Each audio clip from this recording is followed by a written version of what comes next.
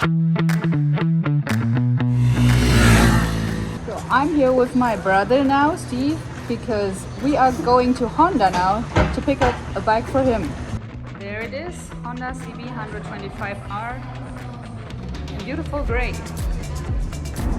I love the color.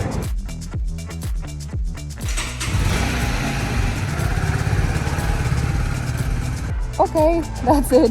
Next morning we are ready to roll. My brother here on the CB125R and me with the CB500F in the back. So let's go.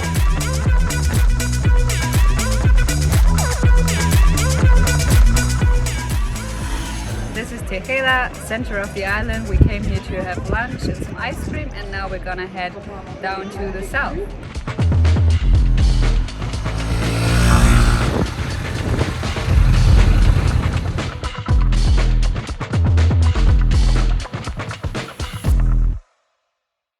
Okay, we're back in Las Palmas now, having the last drink of the day.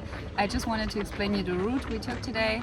So basically we went up from San Lorenzo to Ariñez and then up to Tejeda where we had lunch, and then we went down to Tunte, actually that's San Bartolome, and to Agüimes.